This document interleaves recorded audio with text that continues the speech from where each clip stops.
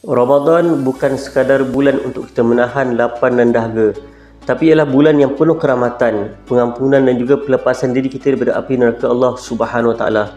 Dalam sebuah hadis, Nabi SAW menyebutkan dalam riwayat Bukhari Muslim, apabila datang bulan Ramadan, pintu-pintu syurga dibuka, pintu-pintu neraka ditutup dan syaitan-syaitan dibelenggu.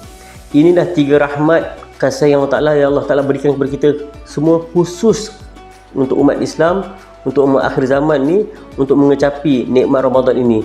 Jadi peluang Ramadan ini jangan sekali kita sia-siakan.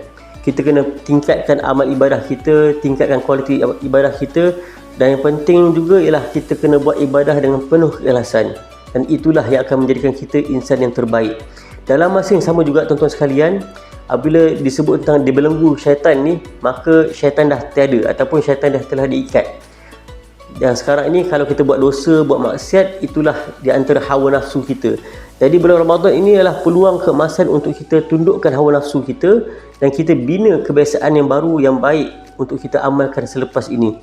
Jadi rebutlah peluang Ramadan ini. Mudah-mudahan apabila kita keluar bulan Ramadan nanti, kita dapat mencapai piala takwa, kita mendapat jadi insan yang terbaik dan Allah Ta'ala mengampunkan segala dosa yang telah kita buat selama ini. Jadilah kita insan yang baik, jadilah kita insan yang baru, dengan jiwa yang baru, dengan semangat yang baru, dalam keadaan yang terbaik insya-Allah.